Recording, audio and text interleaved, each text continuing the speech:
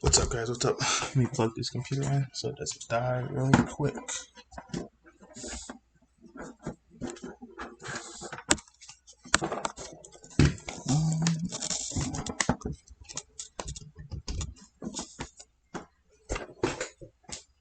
Should be good.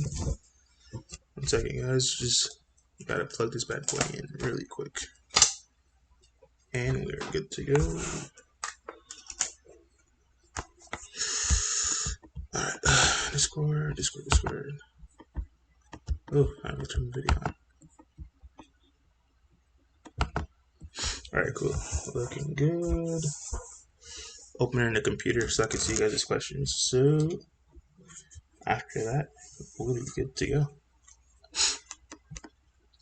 Think a fun topic for today will probably be a topic I've been talking about for a while, which is sideboarding. I know tomorrow you guys have a best of one event because it's band night, but this month is almost over. And at the beginning of May, we have the Gamers 6K, $6,000 cash money.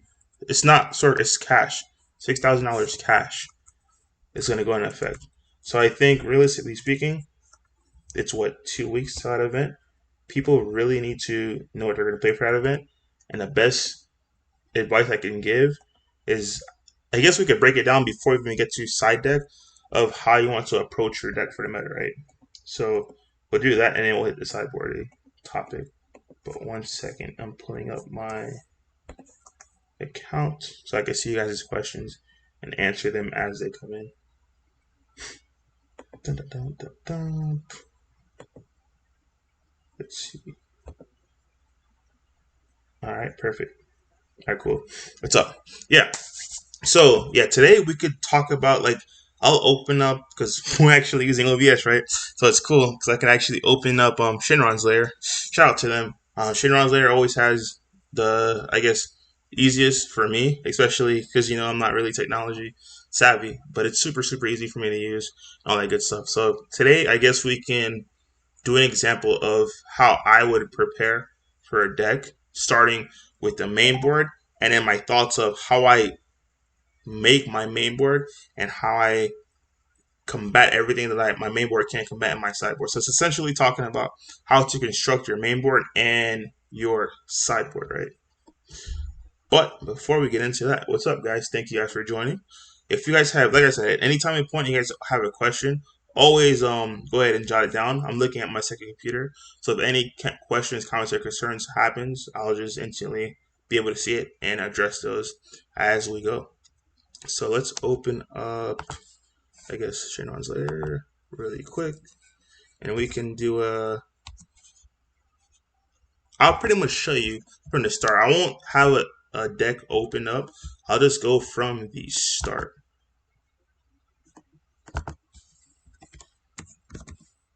Oh no. I don't know how to spell my name. It's super long. I think that's how you spell it.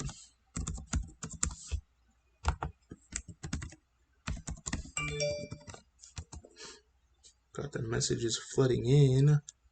Let's see. Thoughts on new black deck coming from set 13. So yeah, set 13. We could pretty much talk about it because it's gonna be released, but then they got pushed back. So set 13, Mekabura is a very unique black deck that you can play with and have success with. But realistically speaking, the best black deck going into set 13 is 100% Dark Broly. Still, in my opinion, it's Dark Broly for Jax and Gogeta Zeno. Those are if I were to pick 3 black decks, it would be that.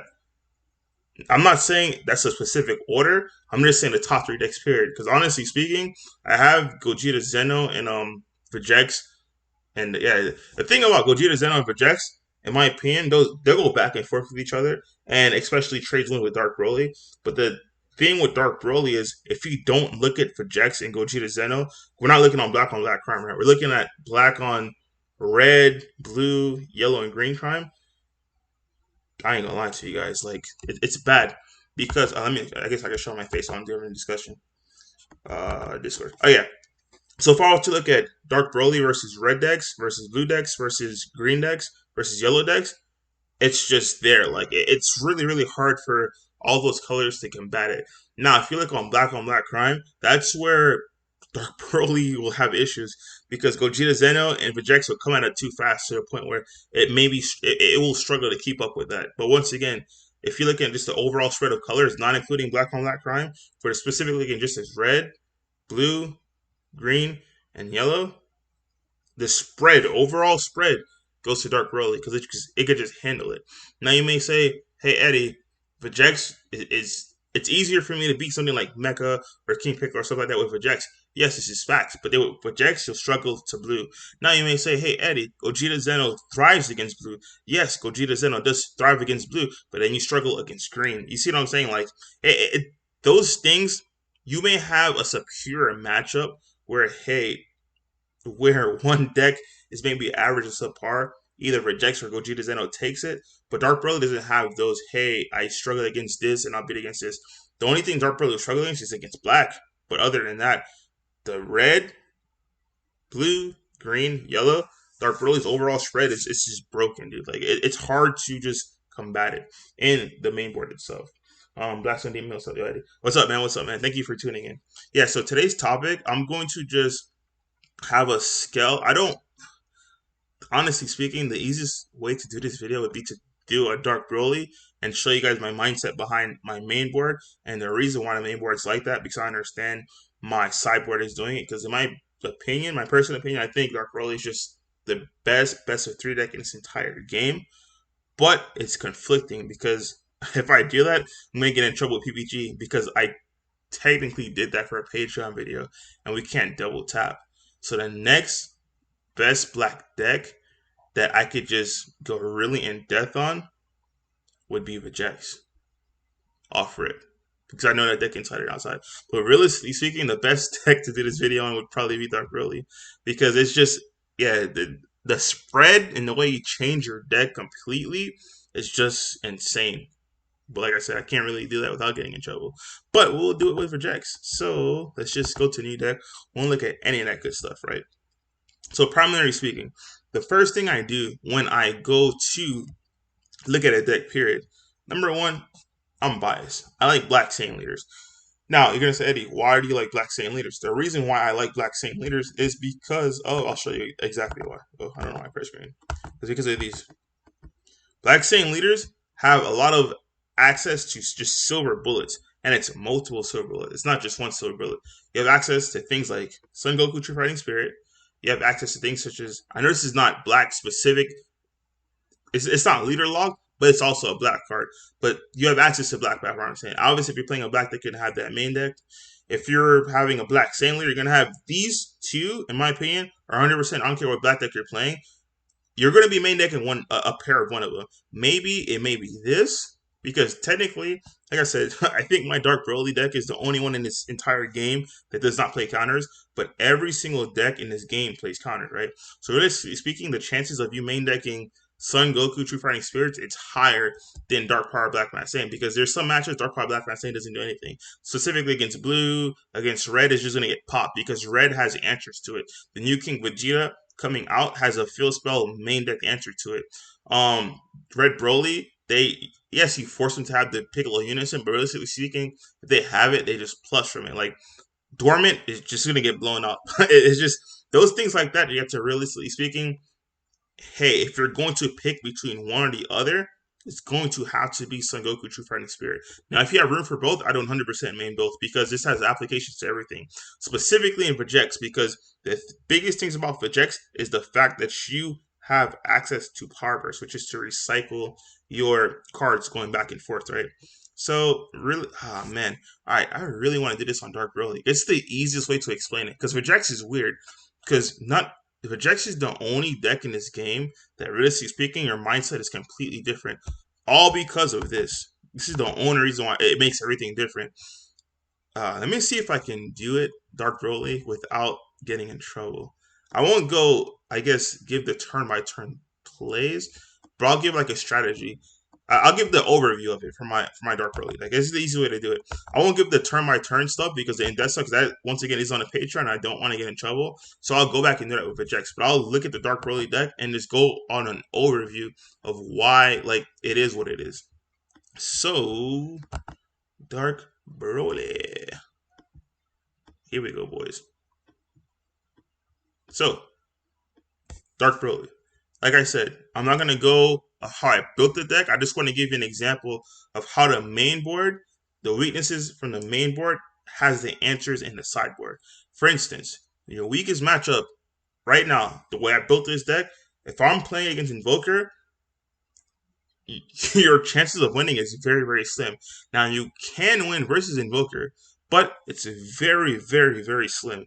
The same with let me see what other decks. The same with blue. Realistically speaking, specifically blue baby. You can win, but it's slim. Like you have to do everything super correct in order to get that victory. Now, like I said, without going into depth, because I don't want to get in trouble, I'm gonna show you how making a sideboard becomes really relevant in a best of three format. Specifically, it's called in my this is why I look at it, it's called mitigating what your opponent is trying to do. And as long as you're able to mitigate what your opponent is trying to do, you're going to have a very successful time. Because that if you're mitigating what they're trying to do, that means their sideboard coming in, it's all in sense useless against you. So the perfect example I can give you is when I'm going against a red deck. The easiest swap you do is this bad boy for this bad boy. On paper, it looks like it's bad, but I'm going to show you why it's the easiest swap to do. This ducks Violent Rays. This comes out. It could come out on your turn one, not turn zero, because obviously you can't attack on turn zero. But your first turn of attacking, it can come out and it gets under Violent Rays. So realistically speaking, if your first play is, let's say, a Ravager, or if you're trying to board right, whatever it is, you swing with one of these three bad boys, right? That's your first play. Realistically speaking, if you're going against red, you want to bring this out because you're going to warp one card. So you swing with it. It's going to get Violent Rays. So now they're going to lose Violent Rays and another card. So this one card just took 3 cards away from your opponent, which is deadly, super, super deadly, especially on turn 1, turn 2. They just lost 3 cards off rip. Now, whereas you would have a dead overwhelm card with your sideboard, you just combated that because they just lost 3 cards and you still have minimum of 2 attacks left with this guy in your hand because this has an activate battle. As long as you discard one, you can switch it into activate mode.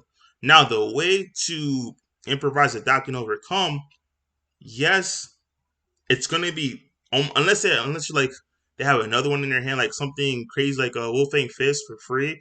They have units on board because yeah, it'll pop and go to 0. Unless they have something crazy like that, you're gonna super punish them because once again, if you understand the meta and you understand there's floodgates such as Violent Rays, such as Bigger More, such as the not specifically Nimbus, more as the Vegeta Unison of Fury, you have to know you're gonna have to every attack you have has to hit correct.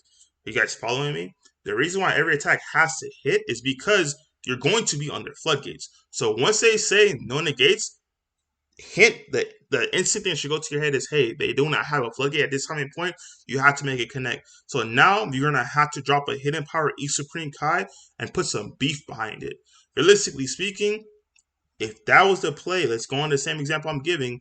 You use Ravager, you made them Warper card, you attacked with Ravager, they Violent Rays you, they lost 3 cards. Your first swing with this, if you drop a double strike behind it, they're not going to out combo it. They just lost 3 cards. In order to out combo this, they're not going to be awakened because you can do this on your turn 1 or your turn 2.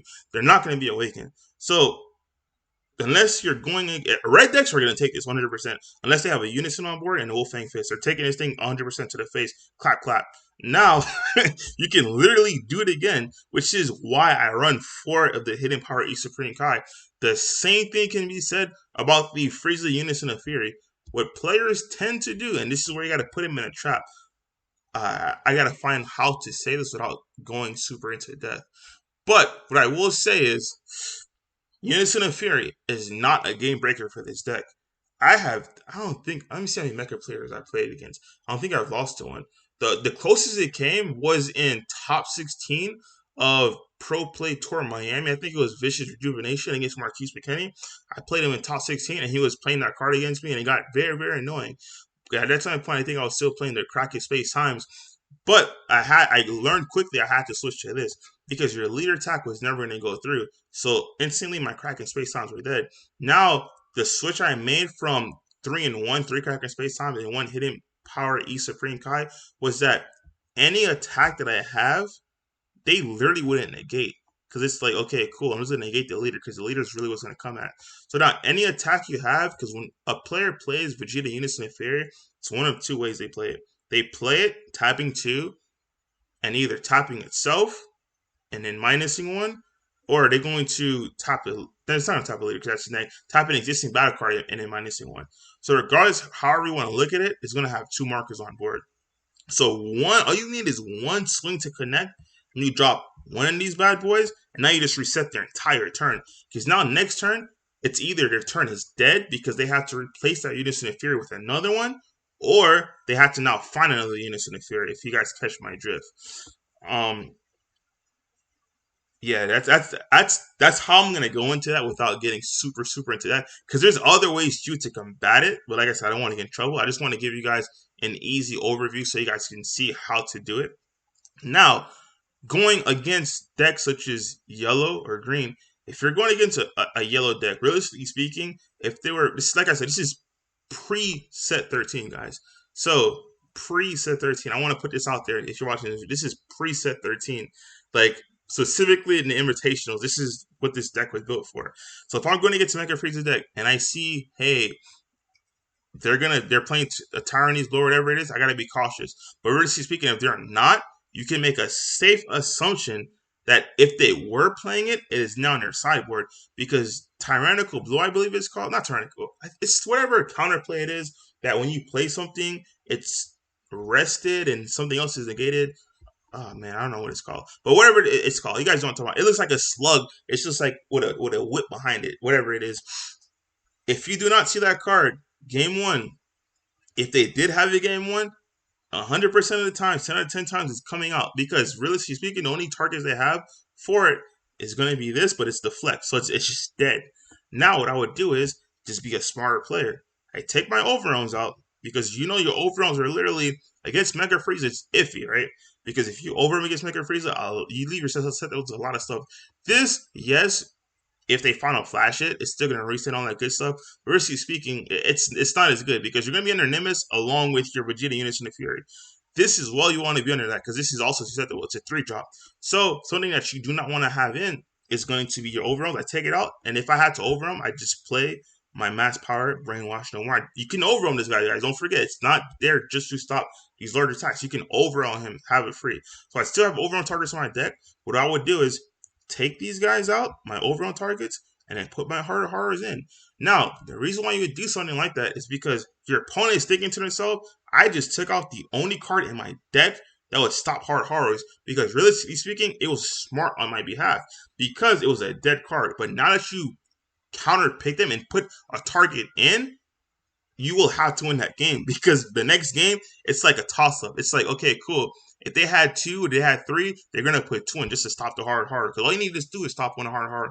But you having that one leg up, it's like an example of how to understand the game and the mindset of your opponent. Another thing too is this total unison. You have to realize. I know a lot of people love the Piccolo unison, but this total unison is a game killer. Not only does it stop most likely one of your hardest matchups, which is Mega Frieza. And you can even use this against red decks as well, because red decks all shuffle against weenies, which is 3 or lower. And not only that, if they want to attack in this bad boy, specifically against red decks are going to be under Violent Race. Like I said, going against red, I don't want to go too in depth in it, but you should be looping this guy. Because they should be losing 3, without going super in depth, they should be losing 3 cards if you're going against red deck. If you're playing correctly, each turn, red decks should be losing 3 cards. Now, while they're losing 3 cards, when you play Toa, you're not only killing their hand with quote-unquote Ravager, you're killing their board with Toa. Now, since you cannot attack any further, the only other battle card you should have on board should be your blocker, because your blocker is going to protect your Toa. Because the thing you have to understand is your Toa cannot attack if it has two or fewer markers right there. If it has two or he has to have three markers to be able to attack. So guys, you can play this on two, and it's take away one of their battle cards, it'll gain a marker and be at 3. But you have to be able to have protection for it. And the reason why I run this at 4, you guys are gonna say, what's up the ratio at 4? Because you have to understand, they may swing on a blocker and they just may swing one more time because they're like, okay, cool, he's at 1. Now, if you use your leader ability, not your leader ability, your unison ability, go to 2, you can just slide another one under here. Now he's back at 3. And that's very, very important for the ratios to be at 4 for these Toa unisons. I think I have to stop there because, like I said, I don't want to get in trouble. But that's just an example of how it is to create a. Damn, this computer's rough. How it is to create a sideboard that directly counteracts your opponent for all your weak matchups. Like another weak matchup itself is Blue Baby, and you guys could already know in the sideboard exactly what's coming in. It's one card that's coming in, and that one card will single-handedly destroy Blue Baby players. I've heard players say Blue Baby kills this deck. I don't know how. Like I honestly do not know how. You hit 4, it's game for them. Each and every single one of their attacks are just gonna get slaughtered. I mean, negates are gonna get slaughtered because unless it's D Magic or unless it's the D Magic that draws a card, any battle card they play, they're gonna tap energy just to get negged. And not only you tap energy just to get negged, now most likely they're tapped out. Next swing you do has to be a fluff swing. Once again, you have to understand the game state. The reason why I say a fluff swing, not something that's big or like something that you want to connect. Like you don't, if they're tapped, you do not want to swing at the leader if they have 5 or more in drop. The first thing you want to do when they're tapped is instantly, as a blue player, count how many is in their drop. If they have 5 or more in their drop, do not try to go on an all-out attack with your leader because 9 out of 10 times, not 10 out of 10 times, not even 9 out of 10 times, 10 out of 10 times, as long as they have the D Magic, they will use the D Magic to take a life to untap those 2 energy. So you want to swing with something that's like a Mega Gebura. If you have Mega Gebura on board for some reason, swing with the Mega Gebura. Because yes, you know it's not going to hit, but for this specific situation, it will hit because they have to untap. Because if they do not untap, they will lose that game, like point blank period. It's mindsets like that that you have to understand when playing this game. So, all right, I think I have to switch off of this because I don't want to get in trouble. We'll go and build a new deck together, guys. Together. What decks do you? All right, I'll ask you guys. What deck do you want me to build? I'll let you guys do it. Talk to me, guys. What deck do you guys want me to build? We can go through it side by side. I'll tell you right now. If you want a really, really free and death one, pick a black deck. Super pick a black deck. Because, yes, I have skill and knowledge of all the other decks, but you have to realize there's a reason why I only stick with black decks, because black decks have floodgates. So if you're a player that really, really enjoys black decks, please put a black deck in there. Let's see what we have. We have Android 16. Funny story. I played Android 16 yesterday at what's his face? I played Android 16 yesterday at Locals. I haven't played Locals in forever, guys. I was so happy I got to make it. So shout out to them prior to the games. I went there and I lost Android 16 in the final round, and I got ended up getting second. I was playing with Jax. Yeah, it was a really, really cool deck. I got to see how it works. A lot of shenanigans, but I completely forgot that Android 16 was dual attack. And I had the Bardock and I didn't warp it. So yeah, it's rough, but it's learning lessons, right? When you lose games like that, you just have to understand and acknowledge, hey, this is what happened, this is what went wrong. You don't make excuses, you don't make anything. Acknowledge what happened, acknowledge what went wrong. Look at your deck. Do you have answers to that? If you do, you're good. Just hey, next time you play, this is what you have to do instead of doing A, you got to do B in order for that not to happen again. Now, if your deck just literally had nothing to it, you know you have to improvise, adapt, and overcome, and then change your deck to have it at least one answer. You don't want to build a deck where you just auto lose to something which you know you're going to play against. That's just a neg, 100% neg. Damn, we have Android 16, something green, build a Gogeta Zeno set 13. Man. So many options. If you want me to build something green, I want to build a Gogeta Zeno. I can't build Gogeta Zeno. I'm not gonna lie to you, because I kind of love that deck. And if I were to play a black deck, that would probably be it. Fun story. I want to play something new. So Vajeks and Dark Broly, I officially retired those decks. I want to play something like that's super, super new. So realistically speaking, it'd probably be Gogeta Zeno. Even though I prefer Vajeks over it, I want to get like new cards in my hand and be able to say, okay, cool, this is a piece I'm going to put together and just went with it. So for Miami, most likely going to be looking at Gogeta Zeno or something green, like you just put down. That's why I started laughing when you said something green. It's yeah, my local players, they know what green I'm talking about. I'm trying to build some wild shenanigans. But the thing about green, once again, is it doesn't have those floodgates which black has access to. So Nico Bulls, I ain't gonna lie to you.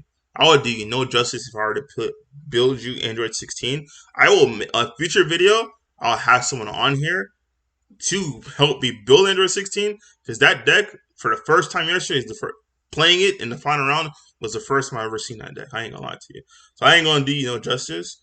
We'll try something green. What green do you want to see? Because technically speaking, I showed you black with Dark Broly. So yeah, what Pac-Man the Ghost Killer? What green do you want to see? Talk to me, Ray. Talk to me. Talk to me. Talk to me. Let's see what's up. Because green is another one of those things that's pretty much simple. Like before you even tell me your leader, I'll let you pick what leader, but I can already make my scale of green and see exactly where it's going to go from there. That's why I said green is pretty straightforward. I went to blue. I snapped. Green. This is busted. C. I guess you got to pick the leader first. Leader.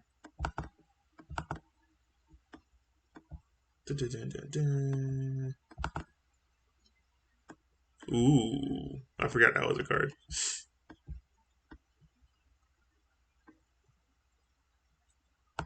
Gold tanks or I mean, I guess we can build gold tanks. Or you want to see something? You want to see a fun green? Yeah, I'll show you guys what I was telling my local players. Honestly, I'll show you a fun. I can show you this deck too. That deck, one of my local players has been playing it. He's been having really good success with it. I'll show you guys what I was talking about with my local players. So you guys could have like just this is the stuff that goes through my mind, right?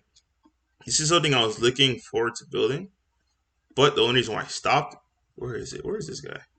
And before you turn off the video, guys, trust me, stick around.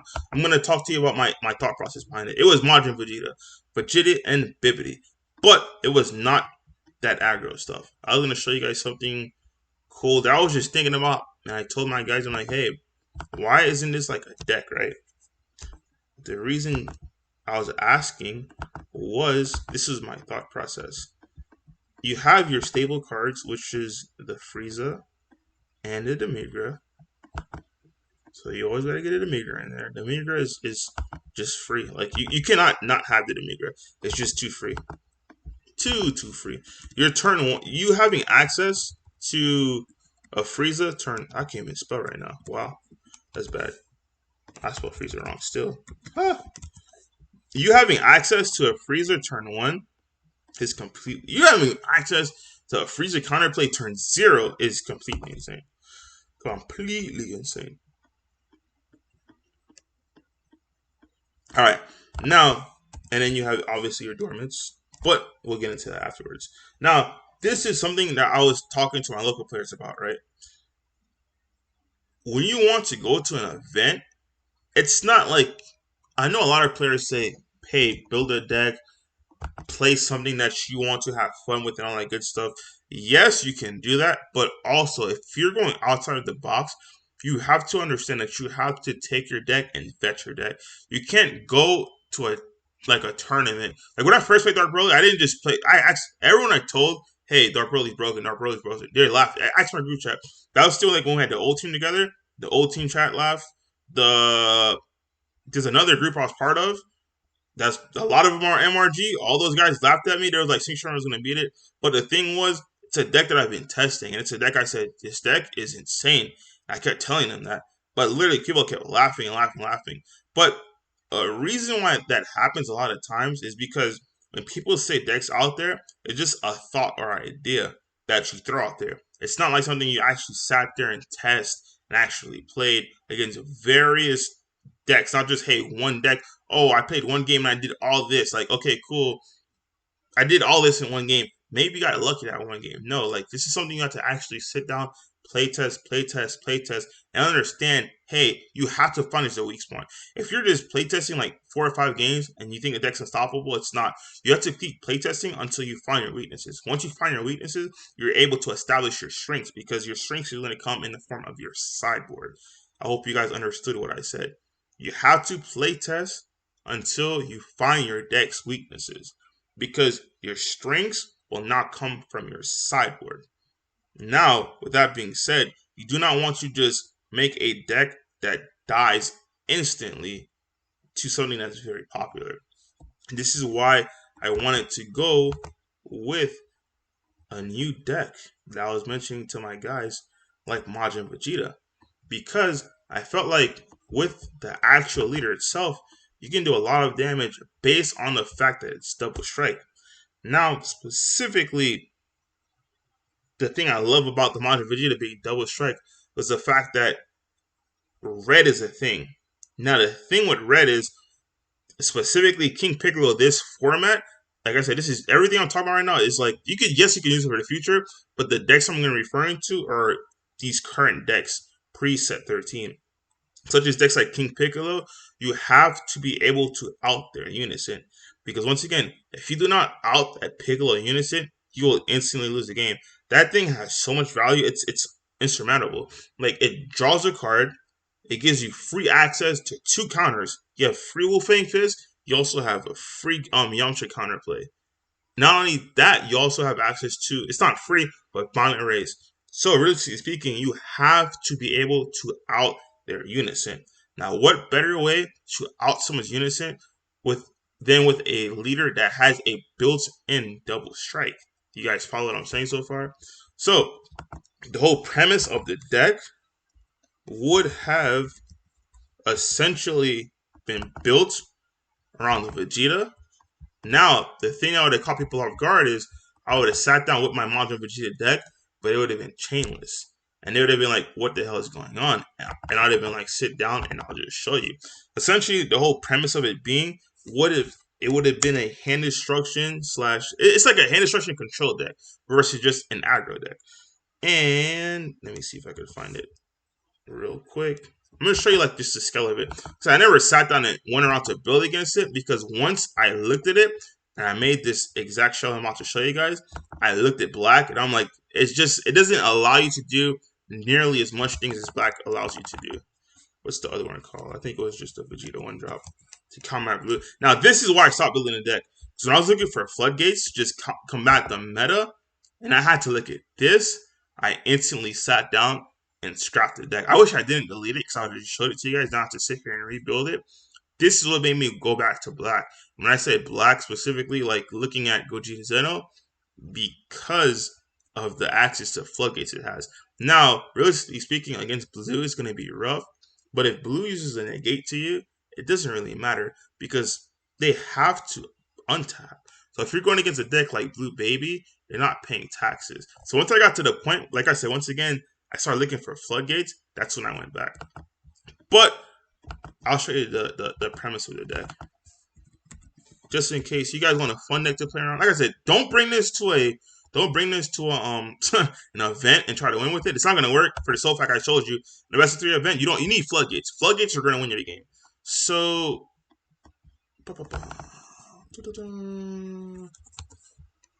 I spelled him wrong too. Oh, it's not red, it's green. Duh.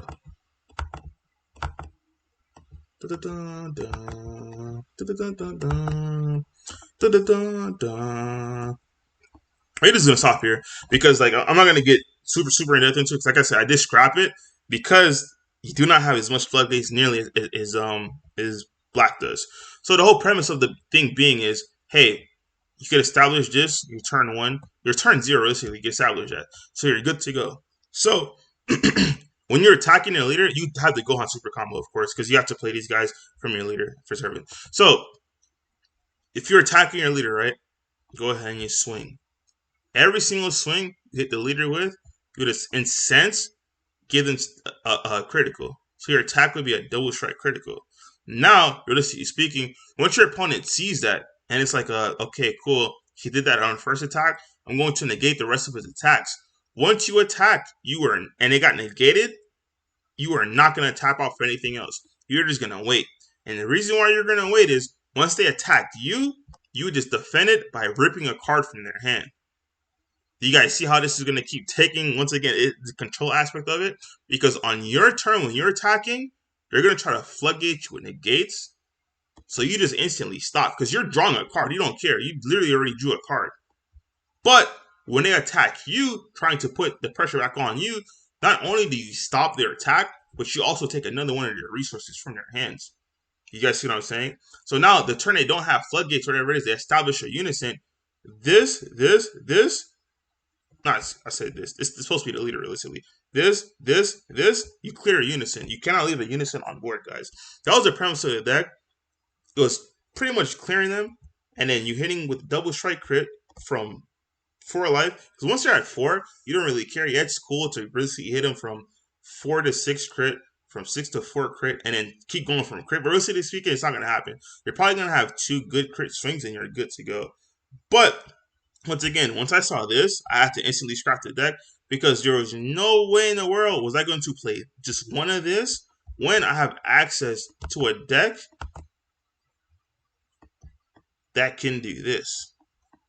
And this is what I say. When you pick a deck, guys, you have to pick something that is guaranteed going to come back to meta. Like, literally, I was trading the one Vegeta for 1, 2, 3, 4, 5, 6, 7, 8, 9, 10, 11 cards that could just floodgate at any time at point. Realistically speaking, this is specifically for blue, but I gave up 8 floodgates that are guaranteed. 4 guaranteed for every single matchup. Every single matchup, this is guaranteed, and I could not do that. That's why I said I have to play a black deck. And I don't want to just go on the whims of, hey, I'm falling back on Vegex, I'm falling back on Dark Brilliance. So most likely it'll probably be Gogeta Zeno or a new black deck. It's a saying. It's troll. So I'm not going to say his name because you guys are going to think I'm joking. But it's going to be a black deck. And I'm going to preach black. You guys are going to see I'm going to continue to preach black. The reason why, especially in a deck like this, guys, you're playing 1, 2, 3, 4 for free. The energy you are paying for is going to be for 1, 2, or 3 to say you're not playing the game. Well, I'm going to play the game for free. Now, after you establish whatever 1, 2, or 3 is, whatever is most like efficient for you to win the game, the next energy you're paying for is when you attack. Oh, you said don't negate? Okay, cool. 15, 15, 15. Wait a minute, it's not just 15, 30, and off 2 cards. Wait a minute, it's not just 30, it's 40. Just off 2 cards. It's 40 double strike. That fast. Literally, that in a blink of an eye, that fast. And the biggest thing I tell you guys about Vegex, once again, this right here is the MVP of the deck. Because if any way, time, point, and shape, this is what separates all the black decks from Vegex, in my opinion. If you ever to clear this, or this, just know you don't win the game instantly. There's a lot of decks you're able to clear these off, and it's like, yes, I got the third off board, I'm safe. You're not. Because in a blink of an eye, with Vegex and Gogeta Zeno, not off this. Gogeta Zeno has the Gogeta card that brings it back, but specifically for Vegex, it's easier. It's just 1 energy. Gogeta Zeno, where you need 2 energy because you need to play the 6 drop. First of all, you need to have the 6 drop in your hand. You need to play the 6 drop, and then you need to tap another energy. So you need 2 energy. But this is for 1 energy. Realistically speaking, it's for 0 energy. Because on your turn, you can just sparking, grab a life while you're self-awakening, grab a life, and then grab anything you hit. Even if you didn't even play it, you milled it from your leader. You can grab any of these bad boys down. This is where it has the edge over Gogeta Zeno. Gogeta Zeno, if you warp it, it's just gone. Like, there's no cards that's going to grab you as cards back besides your 6 drop. But once again, you're putting all of your fate in your 6 drop. For Jax, if it's in a drop, if you can physically see it, you can physically grab it with this. Regardless if it's in a warp, regardless whether it's in the drop. That's something that I want to preach with this deck. Now, the reason I have these 2 in here versus this and this is you have to realize this is my best of 1 deck. It's not a best of 3 deck. Best of 3 deck would be changed. This is a best of 1 deck. Now, the one thing this struggled against, the same thing with Gogeta Zeno, and that's why I told people, like, you cannot really play it was the fact that it had no board removal. Because if you want to get Sync Shenron, you're just dead. How are you gonna out Sync Shenron, dude? Like, are you just gonna give a free attack? Okay, cool. You boost an infinite attack, whatever, and it hates Shenron it. It's like, well, you just went neg, and the guy's still on board. So you need an instant out to it. And this is why I told you guys. Once I saw that new Gogeta TP promo come out, I said this is exactly what the deck needed. It needed an instant board wipe because this can only touch so much. When they sit on a 9 drop or something that's just a floodgate that's higher than 6, that's like 7 or higher, you are got. That's all you needed. The opposite, which was this. Now, if this is best of 3, honestly speaking, the main board would change, but these two would still be in. The reason why these two would still be in is games 2. You're probably gonna go to game 3 with checks, but games 2, you're gonna swap out whichever is worse. If you're going against Dark Broly, you'll take this out, you'll put the 4th one in, and you'll put these in. It's that simple. Now, if you're going against not Dark Broly, like King Piccolo, you take these out, you put another one of this in, you go to 4, because you have to understand it floodgates it, and then your remaining spots, honestly speaking, you put Koetsu Like, you take these out, you put your Koetsu in. Like, your Koetsu are going to put in work, dude, against that deck. You being able to not only just do this and this, but with Koetsu I don't know how King Piccolo even plays the game. And this is why I tell you guys, I love the Jackson the best of 3 format. But with that being said, Gogeta Zeno also has a very, very good best of. Really, it's best of 1, but best of 3 as well. The only thing about it is it's the same exact deck in my opinion, minus the fact that you have to play fair by paying energy to make your plays. Now that's gonna go straight into your play style. If you like to, oh my bad. Let me look at these comments. My bad. There's a lot of comments that came in here. My bad, guys. I was deep in this conversation. I looked over and I just saw this comment section. People slept on Dark Broly, bro, until the top. I was on that shit since release. Yeah, bro, I ain't gonna lie. I slept. It's not that I slept on it. It was like, at the time, Vegex was just too OP. Like, you can't. Yes, Dark Broly was great, but I'd still play Vegex because of Splinter in Mind. That's not even if I were to compare myself with myself version A playing Vegex versus myself version B playing Dark Broly, the Vegex would always win because Splinter in Mind is something you couldn't account for. Once that thing dropped, dude, you know 10, it's just game. You can't account for something like that. Now, what made me look at Dark Broly was after I won that event, it was like me and Rios in the finals and I won. After I won that event, it was literally okay. Splinter your mind into Vegeta is gone because Trunks is now at 1. So I'm like, what deck can I like just jump on really quick before I'm got? And I start looking at the stuff, and I'm like, damn, this deck is fire. I ain't put it together.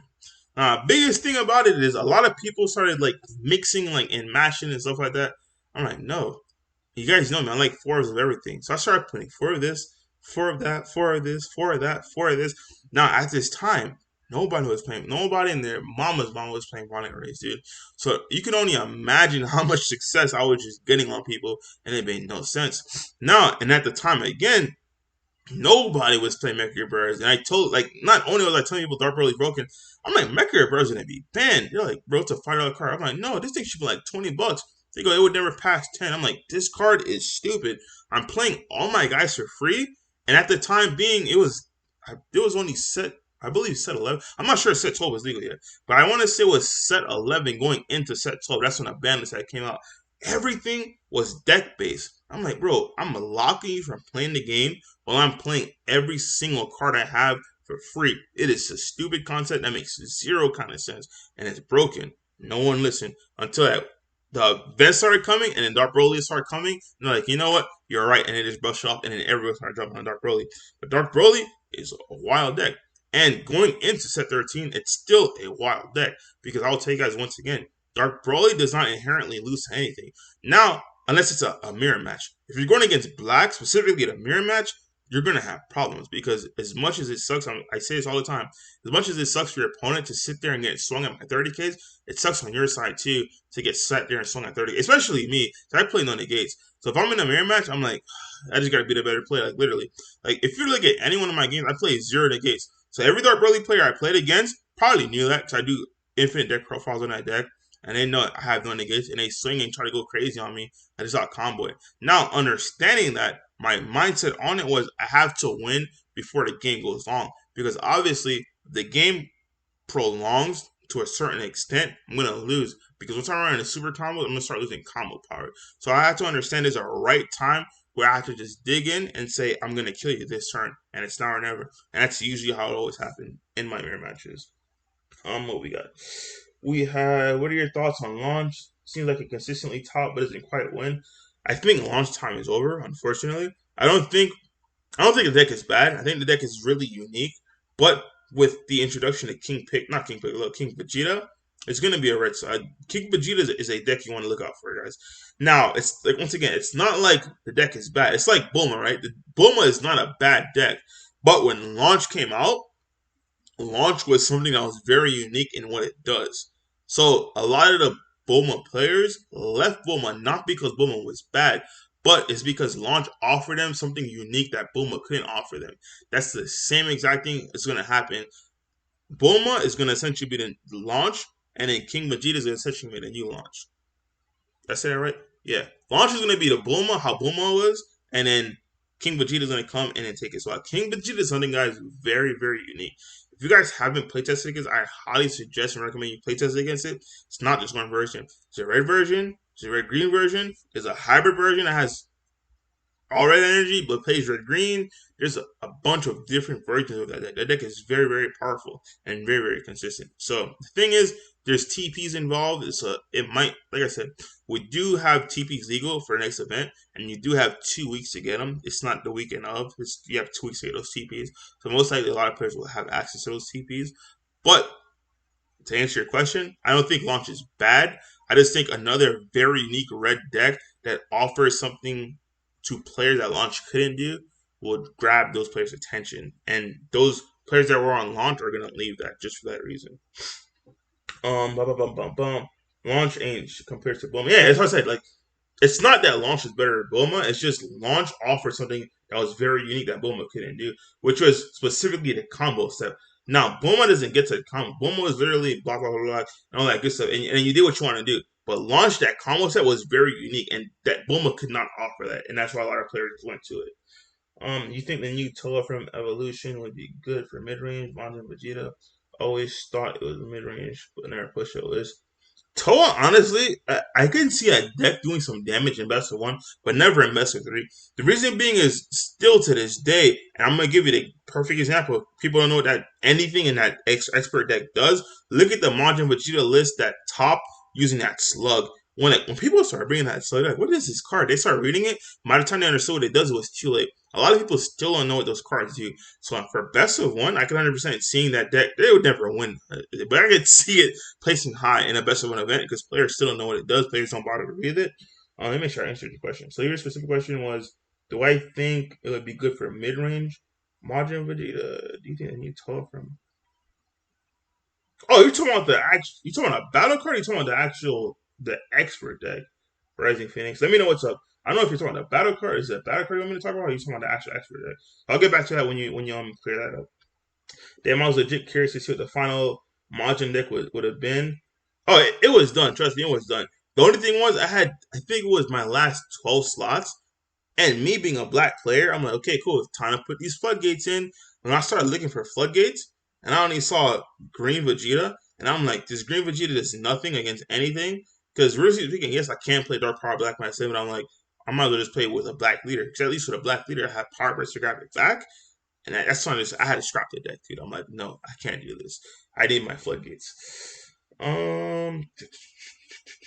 Playtime is over. Being sucked on. Bring back my same back from burst. It's not being sucked on. It's just Power Burst, dude. Power Burst is infinite times better because you're paying one energy to do that on your opponent's turn. Yes, that's cute. That's understandable. But realistically speaking, I'd rather use that one energy offensively and try to kill you, and then defensively, I can grab my Dark Power Black Man Sand because if it played it with its skills and not negated, oh, we talk. You're right. You're 100% correct. That card's being slept on.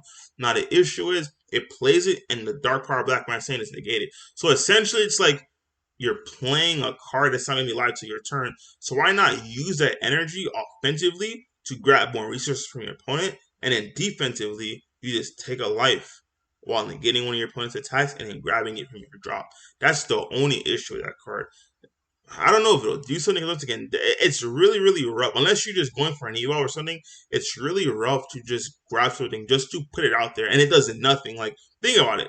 You're literally leaving one energy open against your opponent that's trying to come for your life to play something that does nothing. You see what I'm saying? Like, it's rough, man. It's rough.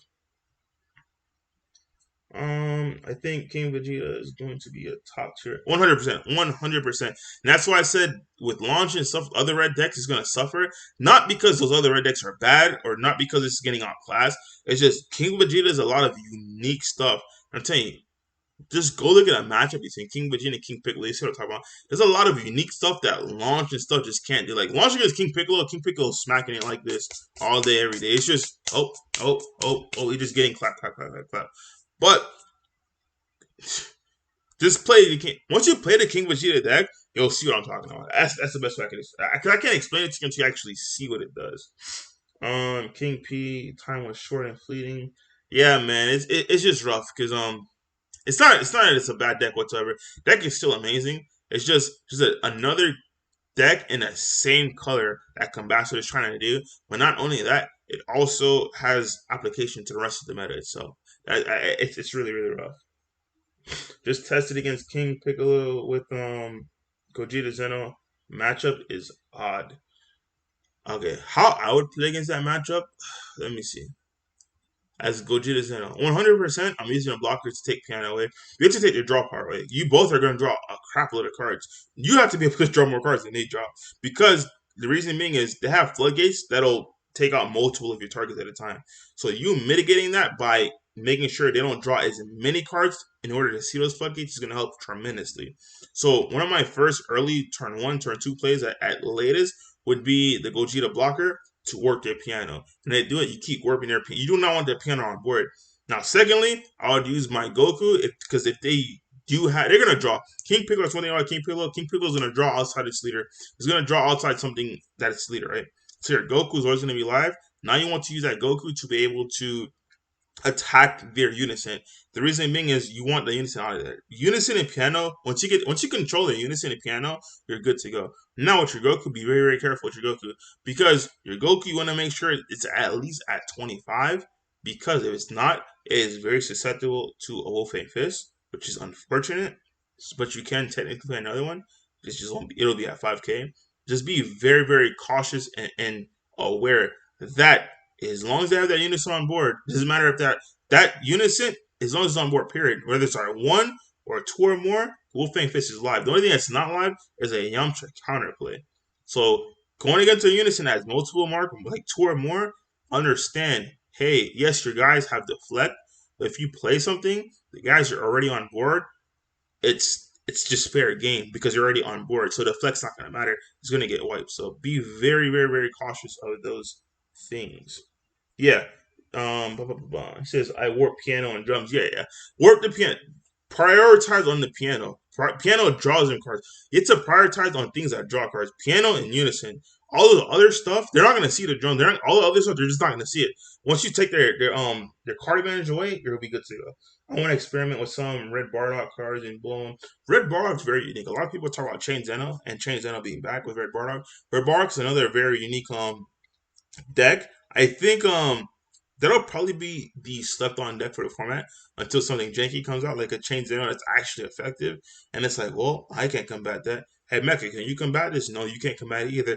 Hey, Dark Broly can. Oh, Dark Broly 100% can't combat it. It's like you're not awakened, so your Super Command Mass is dead. Your combat like it's dead. Like even if you are awakened, if you don't have your Super Command Mass, your hand gets reset. You're done for. Like that's what I really thrives on. I have this massive hand advantage with infinite drop fighter and infinite combo, like infinite attack power. But you reset that, that's a whole new ballgame for Dark Broly. V. Let's see. I see a lot of Bardock and King Vegeta being interchangeable. Yeah, yeah, yeah. A lot of the new red cards are interchangeable, which is a good thing, I guess you can say. Because you could jump from back to back. Bum, bum, bum, bum, bum. All right, so all right, so I think I caught up on all the questions, comments, and concerns. But yeah, so I gave you that quick synopsis of my Dark Broly deck of how to like switch back and forth. Same thing applies with Vegex, right? It's just like I showed you guys earlier. Dark Broly, Sync Shinron, Take these out. These are dead. Go ahead and throw some bad boys in that bit. And Sing Shinon, you throw these bad boys in there because Sing Shinon doesn't have a bloodlust. Literally, you'll have you'll be able to mill infinite while having infinite energy and having infinite time, unless they have a Nimbus. But if they have a Nimbus, just make sure they're paying taxes. Just understand when you do before you warp, which they're guys for Sing Shinon, and they can bring on the ball. Understand, please be wise enough to understand.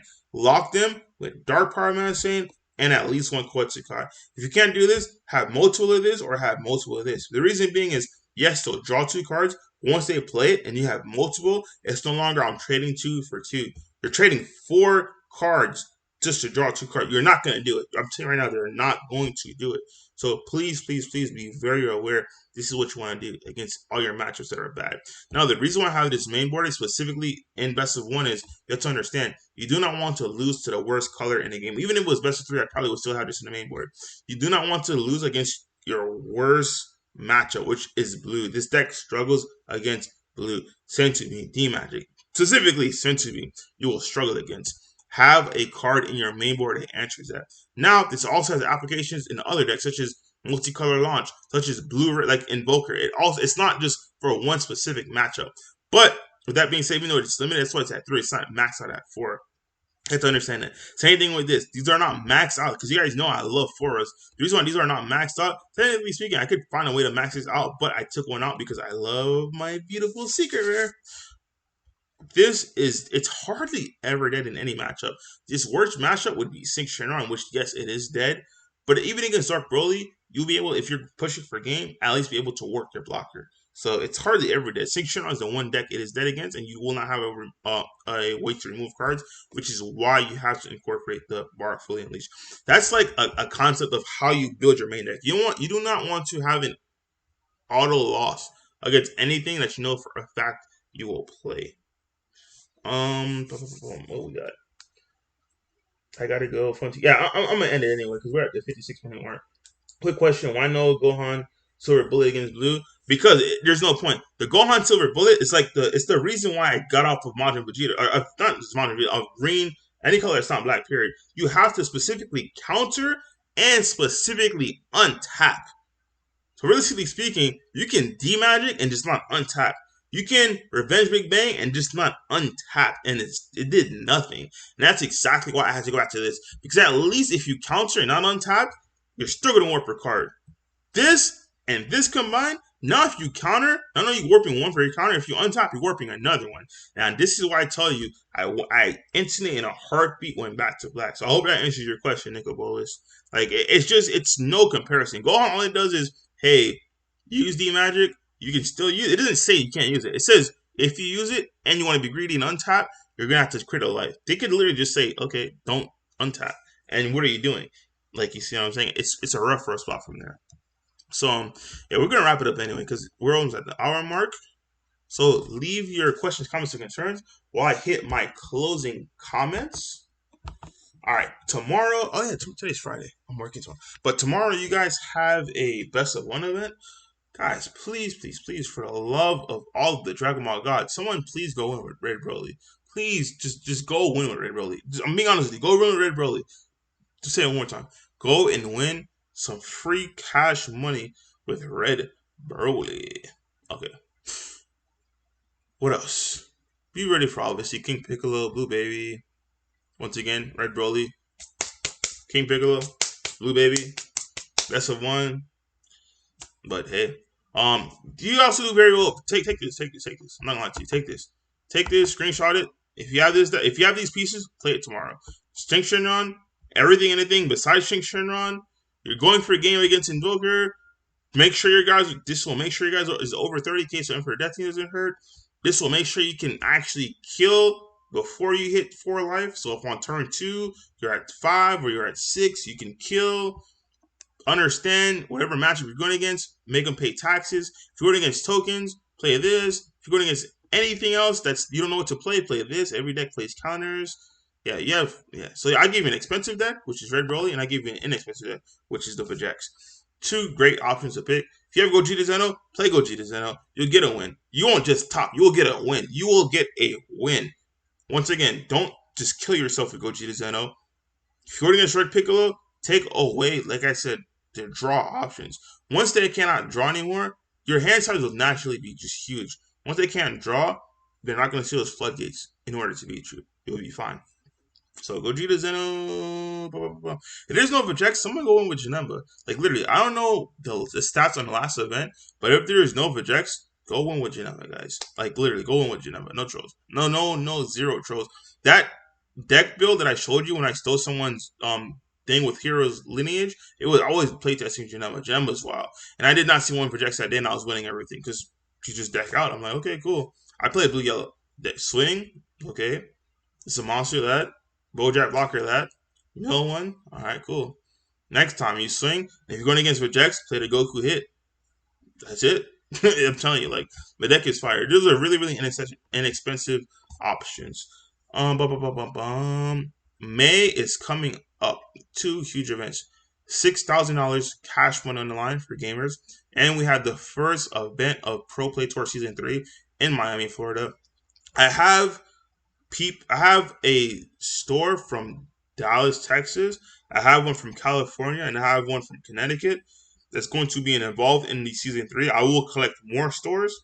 Once again, I want to collect one in the middle of the states. I want to collect one in the northern part of the states, hopefully, in order to get an event like that. And yeah, most likely I'll talk to the team about it, but PPG probably just won't run an in real life event besides the one coming up, and we'll just exclusively run webcam events and give other stores the opportunity to be able to host these events for us. Because really speaking, we're gonna fly out to wherever it is, we're gonna fly out and go compete. So yeah, we'll probably just take a seat back this season and just run the webcam events and let the other stores run it. Yeah, that's it. So let's see what else you guys got before we end this session. Yes, sir. That makes a lot of sense. Yeah, yeah. It does. Trust me. Like Gohan, it's cute until you actually realize it does nothing. All those Super Bowls, they really do nothing. I ain't gonna lie to you. Because if you're putting untapped, you already know you're gonna get critical. So I am between Sync Aggro and Red Broly. I have more rest with Sync. If you have more rest with Sync, play Sync. Sync, you will get a top with Sync. The way I look at decks, I try to see if does it have the tools it needs to win an event. Now, I understand. I guess from the Facebook post, I see Sync has been doing winning events. I don't know how it's been winning events. Unless he are just tapping out turn 1, going against Sync, thinking they're safe because it's the old chain going up. But if you're going against a knowledgeable player, it's going to be really, really hard for you to just consistently win. But you can do fairly well with Shenron. 100%, I can see you in top cut. So I don't know how it's been winning multiple events. I really don't know. But I'm speaking in the eyes of a Jackson Dark Broly player. I know, hey, this is what it can do. If the people do not know how to play against it, I advise you to review those cards, review the deck. Because we have one by Dylan Camacho. He got second place in the Bandai Online Cup. Review his go look at that deck profile. He explains it to you. And it's an in-depth one on PPG Patreon. He goes step by step. Like literally review how that deck plays. Because if they go first and you're tapping out thinking you're safe, you can lose on one energy being tapped. I'm just letting you know right now. It's happened, bro. Like you will lose. So if you have more rest with Sync, you'll be good to go. So it's a solid deck. It's a solid deck. Not a lot of decks combat it. I think Black does combat it, but the thing about Black, there's no Dark Broly, so I don't think you'll see Black brainwash no more. King Piccolo, honestly speaking, King Piccolo just loses to the original Sync Shenron, just a 9 drop. Just sits there. It doesn't do anything. But yeah, if you have reps with Sync, like actual like credible reps, and you understand the meta, and you've been fairly successful with the meta, you're good to go. With the best of one meta, you're good to go. Now, if you have not playtested against Blue with Sync Shenron, play Red Broly, dude. Rip their hand and kill him. Just it's a simplistic thing. Because if you have success with Sync Shenron against Blue, you're good. If not, don't do it. So I'm saying right now, you will struggle with Blue. Alright, so I think we answered all the questions, comments, and concerns. So we will see you guys on Monday. And like I said, we can actually do viewer battles now and all that good stuff. And deck building stuff. Because we are using OBS now. But appreciate you guys for hanging out. And we will see you Monday. Guys, be safe.